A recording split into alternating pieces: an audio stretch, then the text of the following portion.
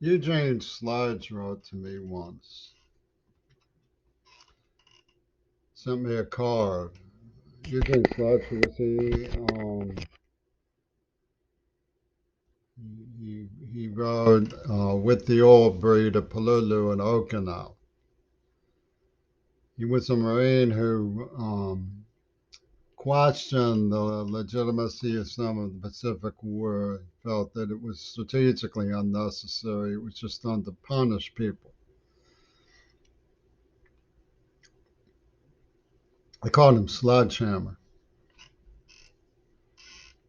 Sludge wrote to me once. He was, I don't think he was a Guadalcanal, but he was Marine on the islands facing the Japanese in World War II, where there was better hand-to-hand fighting. Why did he write to me? Well,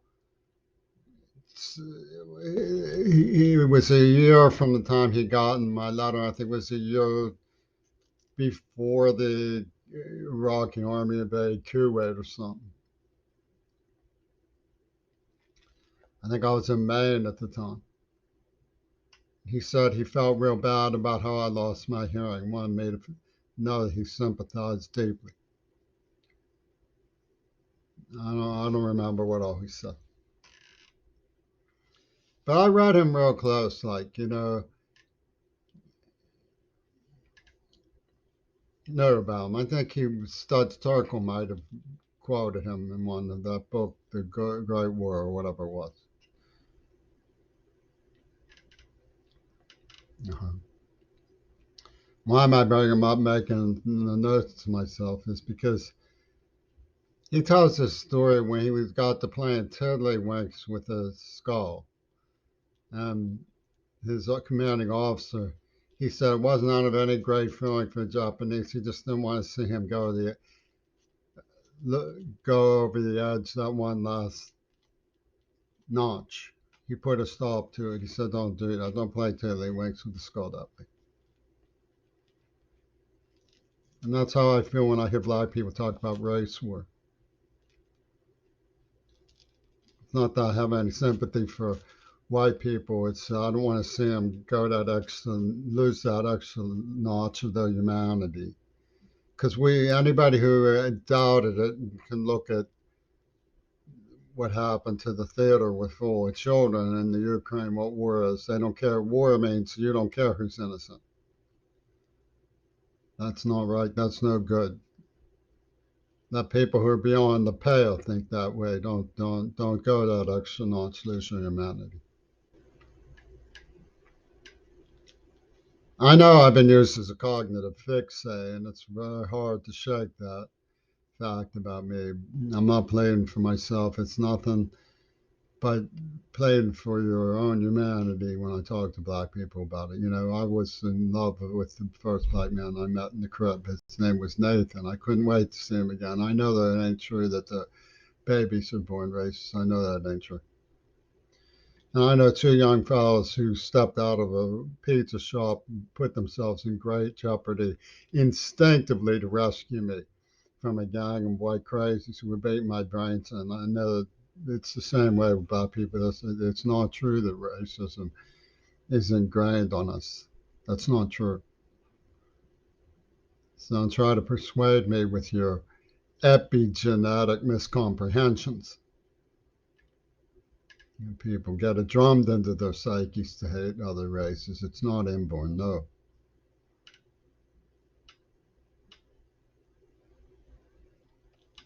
So a lot of stuff doesn't really gel with people think I'm insensitive to what happened, like and Tops grocery. Well, I didn't know the story. I didn't know the victims were black. I just said, well, what's this white racism accusation at the shooter? I didn't even know if he was white. I hadn't confirmed anything. I hadn't heard anything. How am I supposed to know? And people play, oh, he's racist, trying to hide the racism of the act. That's not true. That's absolutely not true. You'll make up anything if you make that up. But it is true that I think you should dig a little deeper into some of these acts. Yes, that's certainly true. I used to just believe, that news was news. The people who were reporting it were on the level. So I would be just the first person to jump the bandwagon and say, Rodney King was not singled out for his name. No, he was black, and the white police officers of that LAPD gang beat him up for racist reasons. Nothing more to it. No, not to start a race riot. No, I just assumed. Oh, it's a revenge attack by black people. They hate white people now because they've been oppressed. Yeah, it was me, just like everybody else. I was really rocking against apartheid. I know people said, oh, he wants Peter Gabriel's autograph. That's not true. I was rocking against apartheid. My father was against racism back in the 40s, before it was fashionable. You can look for yourself. Because India still has his book on the shelves. Yep. There's an India publisher who published his book from the 1940s, American Stake in Human Rights.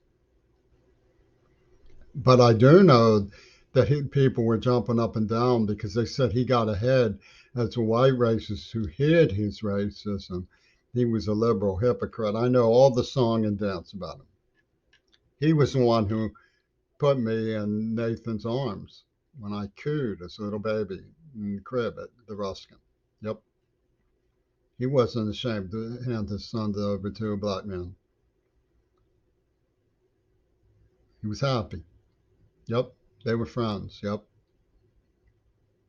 So I don't think it's always lying when people deceive themselves that way. People's minds are being tortured by the control tower. When I say control tower, let me get to my point, which is I think that somebody's playing both sides, and then they get each side to say, no, that ain't true. This is a feud. We got to get even, and they play both sides. It's like it's like lobotomy therapy for the masses. We'll go zap one, zap two, zap three, and it's all this zappa, zappa, zappa, zappa. And secretly, they call it cowhooves therapy. You can follow the word game where they set me up with a girl from India and then demanded a girl from Japan for the black man. And it was all spun into Sparrow to Ringo's band, Ringo Starkey Media, this whole eugenic war game. And they say, oh, that's not true. Yes, it is true. UW said, well, it's righteous and even. We proved its legitimacy. They didn't prove anything. All they proved is that they have pimpology cunning. People shouldn't subscribe to it, no, but all these doofuses say, oh, you think you're the walrus. What kind of society would blame a deaf boy for the death of supposed death of John? Absurdity. Not one friend, not one associate, not one school counselor, not one psychological counselor, not one politician had the courage to say one single nice word of advice or sympathy to the victim of such an outrage. It's because he's necessary in their cognitive fixate, they will announce. Privately, of course. So I've always been open. Don't say I don't practice Glasnost. That's not true. I do practice Glasnost. And people have made a monkey of me for practicing Glasnost.